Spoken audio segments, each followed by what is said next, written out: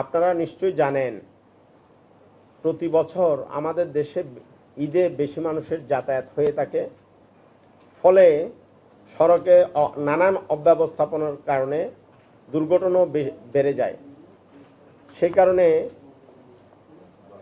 বিগত 2016 সাল থেকে বাংলাদেশ যাত্রী কল্যাণ সমিতি সরকারের সংশ্লিষ্টদের ঘুম ভাঙাতে নিয়ন্ত্রক সংস্থা ও আইন শৃঙ্খলা রক্ষাকারী বাহিনীকে মাঠে সক্রিয় রাখার নিয়তে প্রতি বছর ঈদের আগে পরে যাত্রী সাধারণের নানান দাবি দাওয়া নিয়ে আপনাদের সম্মুখে হাজির হই। সদ্য বিদায়ী ঈদুল আজহায় সড়ক দুর্ঘটনা প্রতিবেদন নিয়ে আজ আপনাদের সম্মুখে হাজির হয়েছি। প্রিয় বন্ধুরা, পরিবহন মালিক ও শ্রমিক সংগঠনের প্রভাবমুক্ত থাকায় সড়কে চাঁদাবাজি কমলেও এবারের ঈদে অতিরিক্ত ভাড়া আদায়ের নৈরাজ্য চরমভাবে বেড়েছে। একই সাথে পাল্লা দিয়ে বেড়েছে সড়ক দুর্ঘটনা। ঈদের আগে ঈদের ছুটি কম থাকায় একসাথে বেশি মানুষ রাস্তায় নামার কারণে মানুষের যাতায়াতের ভোগান্তি, দীর্ঘ যানজটে আটকে পড়া, কাউন্টারগুলোতে চরম ভিড় এবং সড়কে বেপরোয়া যানবাহনের কারণে দুর্ঘটনা বেড়েছে।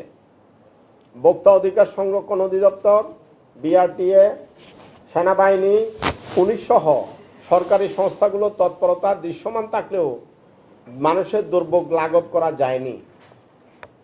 প্রিয় বন্ধুরা, পবিত্র ঈদুল আজহায় সারা দেশে 379টি সড়ক দুর্ঘটনায় 390 জন নিহত হয়েছে, 1182 জন আহত হয়েছেন। একই সময়ে রেলপথে 25টি ঘটনায় 25 জন নিহত এবং 12 জন আহত হয়েছেন। নৌপথে 11টি ছোট দুর্ঘটনায় 12 জন নিহত এবং 6 জন নিখোঁজ রয়েছেন। সড়ক, রেল ও নৌপথে 415টি সড়ক দুর্ঘটনায় 427 জন নিহত, 1194 জন আহত হয়েছেন। বাংলাদেশ যাত্রী কল্যাণ সমিতি প্রতি বছরের ন্যায় এবারও গণমাধ্যম বিশ্লেষণ করে আমাদের সড়ক দুর্ঘটনা মনিটরিং সেলের প্রতিবেদনে এই তথ্য উঠে এসেছে। তবে হাসপাতালের তথ্য বিশ্লেষণ করলে হতাহতের সংখ্যা কমপক্ষে আরও 10 গুণ বাড়তে পারে, যা সংবাদ মাধ্যমে না আসার কারণে আমরা তুলে ধরতে পারিনি। বাংলাদেশ যাত্রী কল্যাণ সমিতির পর্যবেক্ষণে দেখা গেছে দেশের সড়ক মহাসড়কে বৃষ্টির কারণে ছোট বড় গর্তের সৃষ্টি হয়েছে। এইসব গর্তের কারণে বেপরোয়া গতির যানবাহন দুর্ঘটনায় পতিত হয়েছে। ঈদের পরে প্রায় 80% যানবাহন বিরামহীন ও বিশ্রামহীনভাবে একই চালক দিয়ে যানবাহন চালাতে গিয়ে বেশি দুর্ঘটনা সংঘটিত হয়েছে। ফলে এইসব দুর্ঘটনায় সিংহভাগ খাদে পড়া এবং কোনোটি ট্রাকের পেছনে লেগে দুর্ঘটনা বেশি ঘটেছে। আবার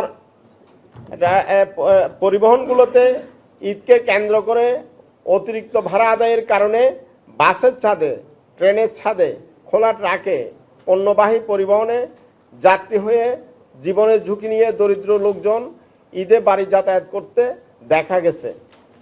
ঈদ যাত্রা শুরুর দিন 31 মে থেকে ঈদ শেষে কর্মস্থলে ফেরা 14 জন পর্যন্ত বিগত 15 দিনে 379টি সড়ক দুর্ঘটনায় 390 জন নিহত, 1182 জন আহত হয়েছেন। বিগত 2024 সালের ঈদুল আজহায় 309টি সড়ক দুর্ঘটনায় 336 জন নিহত, 762 জন আহত হয়েছিল। বিগত ঈদুল আজহার সাথে তুলনা করলে সড়কে দুর্ঘটনা 22.65%, প্রাণহানি 16.07%, আহত 55.11% বেড়েছে। প্রতিবেদনে দেখা গেছে বরাবরের মতো এবারও দুর্ঘটনার শীর্ষে রয়েছে মোটরসাইকেল। এবারের ঈদে 134টি মোটরসাইকেল দুর্ঘটনায় 147 জন নিহত, 148 জন আহত হয়েছেন, যা মোট দুর্ঘটনার 35.35%। একই সময়ে সড়কে দুর্ঘটনায় আক্রান্ত 61 জন চালক, 50 জন পরিবহন শ্রমিক, 58 জন পথচারী, 40 জন নারী, 30 জন শিশু, 32 জন শিক্ষার্থী, সাতজন আইন শৃঙ্খলা রক্ষাকারী বাহিনীর সদস্য, 5 জন শিক্ষক, 1 জন চিকিৎসক, 1 জন প্রকৌশলী, 8 জন বিভিন্ন রাজনৈতিক দলের পরিচয় গণমাধ্যমে পাওয়া গেছে। সংগঠিত দুর্ঘটনার বিশ্লেষণ করলে দেখা যায় মোট যানবাহনের 26.54%, মোটরসাইকেলে 19.11%, ট্রাক কাভার্ড ভ্যান 18.58%, বাস 13.62%, ব্যাটারি চালিত রিক্সা 7.43%, কার মাইক্রোবাস 7.61%, নসিমন করিমন 7.07%, সিএনজি চালিত অটোরিক্সা এসব দুর্ঘটনার সাথে জড়িত ছিল। দুর্ঘটনার 28.23%, মুখোমুখি সংঘর্ষ 40.63%, পথচারীকে গাড়ি চাপা দেওয়ার ঘটনা 20.05%, নিয়ন্ত্রণ হারিয়ে খাদে পড়ার ঘটনা 0.79%, ট্রেন এবং যানবাহনের সংঘর্ষ 10.29%, অন্যান্য অজ্ঞাত কারণে সংঘটিত হয়েছে। এইসব সড়ক দুর্ঘটনাগুলো ধরন বিশ্লেষণ করলে দেখা গেছে মোট সংঘটিত দুর্ঘটনার 37.20% জাতীয় মহাসড়কে, 28.23% আঞ্চলিক মহাসড়কে, 28.49% ফিডার রোডে সংঘটিত হয়েছে। এছাড়াও সারা দেশে সংঘটিত মোট দুর্ঘটনার 4.48%, ঢাকা মহানগরীতে 0.79%, চট্টগ্রাম মহানগরীতে এবং 0.79% রেল ক্রসিংগুলোতে সংঘটিত হয়েছে। ঈদের আগে আমরা যেটা পর্যবেক্ষণে দেখেছি, ঈদের আগে ছুটি কমপক্ষে 4 দিন রাখা হলে ধাপে ধাপে মানুষ বাড়ি যাওয়ার সুযোগ পায়, যেটা আমরা পবিত্র ঈদুল ফিতরে আমরা লক্ষ্য করেছি। ফলে যানজট এবং দুর্ঘটনা কমে আসে। বিগত ঈদুল ফিতরে স্বস্তিদায়ক ঈদযাত্রা পর্যবেক্ষণ করে এমন চিত্র দেখা গেছে। ঈদের যাতায়াত ব্যবস্থা নিয়ে আমাদের দীর্ঘমেয়াদী পরিকল্পনা প্রয়োজন। যেহেতু আমাদের দেশে বেশি মানুষের যাতায়াত হয়, সেই কারণে আমরা মনে করি এটার জন্য একটা দীর্ঘমেয়াদী আমাদের প্ল্যান থাকা দরকার। সড়কে সবার আগে আমাদের উন্নত গণপরিবহন ব্যবস্থা এবং ব্যবস্থাপনার সক্ষমতা, আমাদের পরিবহনগুলো পরিচালনার যে ব্যবস্থাপনা, এই ব্যবস্থাপনায় চরম ঘাটতি আছে, চরম দুর্বলতা আছে। ছোট ছোট যানবাহন জাতীয় মহাসড়ক থেকে উচ্ছেদ করতে হবে। প্রশিক্ষিত চালক, ফিটনেসবিহীন যানবাহন, মানসম্মত সড়কের পাশাপাশি আইনের সুশাসন কঠোরভাবে নিশ্চিত করতে হবে। এই দেশে শিক্ষা বিস্তারে রাষ্ট্রীয় ভর্তুকি আছে, কিন্তু গাড়ি চালকরা ড্রাইভিং শিখতে গেলে তাদেরকে ট্যাক্স এবং ভ্যাট দিতে হচ্ছে। ফলে রাষ্ট্রীয় পৃষ্ঠপোষকতায় গাড়ি তৈরির জন্য এখনো পর্যন্ত রাষ্ট্রীয় উদ্যোগে কোনো চালক তৈরি করার প্রতিষ্ঠান গড়ে ওঠেনি। আমি জরুরি ভিত্তিতে সড়ক নিরাপত্তায় প্রতিবন্ধকতা সৃষ্টিকারী ড্রাইভিং স্কুলের শিক্ষার্থী চালকদের উপর আরোপিত ভ্যাট এবং ট্যাক্স প্রত্যাহারের জন্য সরকারের কাছে জোর দাবি জানাচ্ছি। আপনাদের অবগতির জন্য জানাচ্ছি, বিগত সরকার সড়কে ভুক্তভোগী অংশীজন, বৃহত্তর অংশীজন যাত্রী সাধারণের মতামত না নিয়ে যাত্রী প্রতিনিধির সাথে আলাপ আলোচনা ছাড়া সড়ক পরিবহন আইন 2018 প্রণয়ন করেছিলেন। ফলে এই আইন প্রয়োগের এখন 6 বছর পার হলেও সড়কের অবস্থা কিন্তু পরিবর্তন দৃশ্যমান হয়নি। আপনারা দৃশ্যমান দেখতে পাচ্ছেন না। মানুষের যাতায়াতের ভোগান্তি এবং প্রাণহানি কমেনি। বিগত স্বৈরাচার সরকারের পদাঙ্ক অনুসরণ করে বর্তমান অন্তর্বর্তী সরকার কতিপয় এনজিওদের পরামর্শে সড়ক নিরাপত্তা আইন নামে আরেকটি নতুন আইন প্রণয়ন করতে যাচ্ছে। সড়কের ভুক্তভোগী বৃহত্তর অংশীজনের প্রতিনিধি হিসেবে আমি সরকারকে বলতে চাই, সড়কের অবকাঠামো সংস্কার করুন, সড়ক মহাসড়কে পদচারীদের জন্য নিরাপত্তা বেষ্টনী, ফুটপাত নির্মাণ করুন, করিডোর ভিত্তিক জাতীয় মহাসড়ক গড়ে তুলুন, উন্নত প্রযুক্তিতে আইনের প্রয়োগ নিশ্চিত করুন। সড়ক নিরাপত্তায় দেশে স্টার মানের অন্তত একটি সড়ক অবকাঠামো গড়ে তুলুন। যানবাহনের ফিটনেস পদ্ধতি এখনও সেখানে রয়েছে।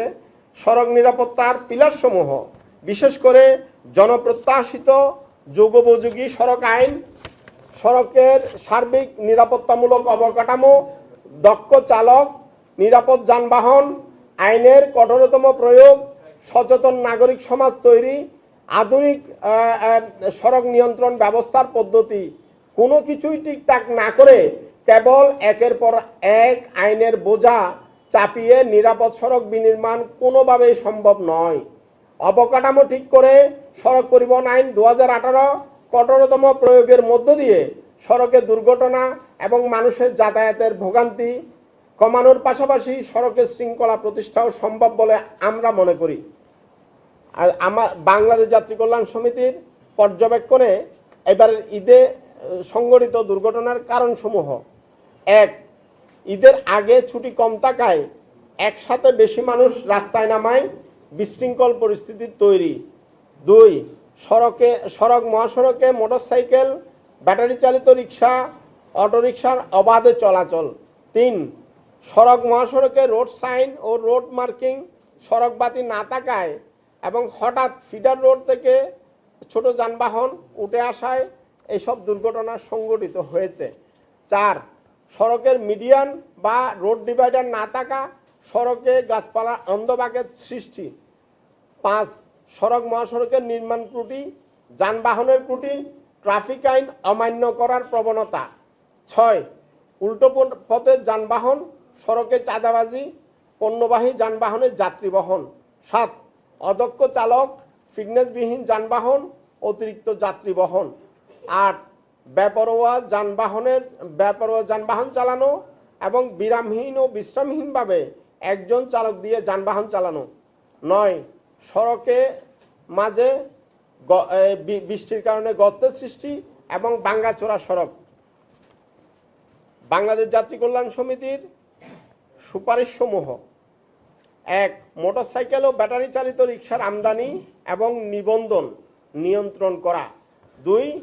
জাতীয় এবং আঞ্চলিক মহাসড়কে রাতের বেলায় চলাচলের জন্য পর্যাপ্ত আলোকসজ্জার ব্যবস্থা করা।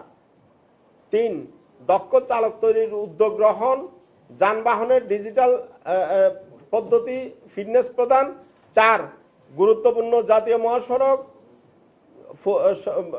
গুরুত্বপূর্ণ জাতীয় মহাসড়কে ফুটপাত সহ সার্ভিস লাইনের ব্যবস্থা করা।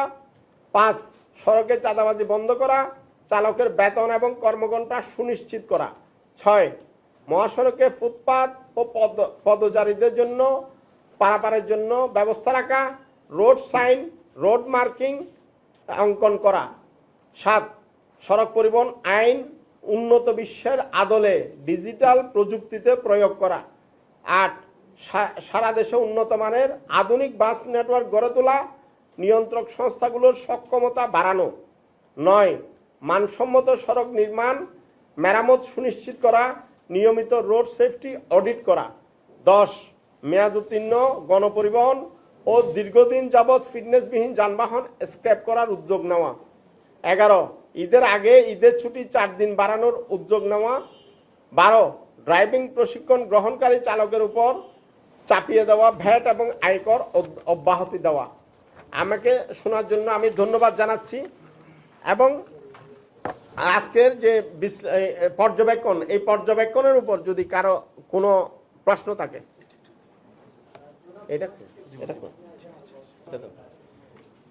আমরা এবারের ঈদে আমরা যেটা দেখেছি বিগত ঈদুল আজহার সাথে তুলনা করলে এবারের ঈদে সড়ক দুর্ঘটনা 22.65% এবং নিহতের সংখ্যা 16.07%, আহতের সংখ্যা 55.11% বৃদ্ধি পেয়েছে।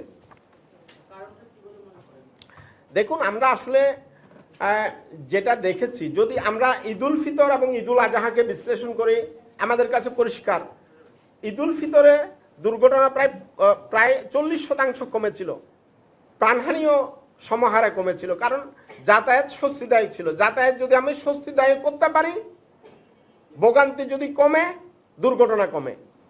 এখন আমরা রাতারাতি যানবাহন তৈরি করতে পারি না, আমাদের একসাথে এত মানুষ রাস্তায় নামে, এটার জন্য আমাদের দীর্ঘমেয়াদী পরিকল্পনা দরকার। আমাদের সরকার মানে আমাদের যারা পরিচালনা করছেন তাদের নলেজের মধ্যে থাকতে হবে আমার নাগরিকরা কি চায়। তারা ঈদে বাড়ি যেতে চায়, তার জন্য রাষ্ট্রের ব্যবস্থাপনা কি? রাষ্ট্র আল্লাহর ওয়াস্তে ছেড়ে দিলেন তাদেরকে, তাদের কোনো ম্যানেজমেন্ট নাই, তাদের কোনো পলিসি নাই। আমরা ঈদের আগে ঈদের ছুটি বাড়ানোর জন্য সড়ক উপদেষ্টার কাছে ধর্ণা দিয়েছি, এলজিইডি উপদেষ্টার কাছে ধর্ণা দিয়েছি এবং আরো বিভিন্ন সংস্থাগুলোতে ধর্ণা দিয়েছি। এখন রাষ্ট্রের নাগরিকদের সুযোগ সুবিধা দেখার দায়িত্ব রাষ্ট্রের। রাষ্ট্র যদি এই বিষয়গুলোতে তাদের এজেন্সিগুলো যদি কাজ না করে, এজেন্সিগুলোর কাছে যদি তথ্য না থাকে, আমার যানবাহনের সক্ষমতা কি, আমার মানুষ রাস্তায় নামবে কি পরিমাণ, দুর্ভোগ কমানোর দায়িত্ব রাষ্ট্রের। এখন আমরা ঈদের সময় দেখেছি, পবিত্র ঈদ উল ফিতরে দেখেছি, আমার ঈদের আগে 4 দিনের ছুটি ছিল। আমরা রাজধানী থেকে বের হই একসাথে 1.5 কোটি মানুষ। 1.5 কোটি মানুষ, আমি 25 লাখ করে বাক হয়ে গেলাম। 25 লাখ করে যখন বাক হয়ে গেছে, এখন আমার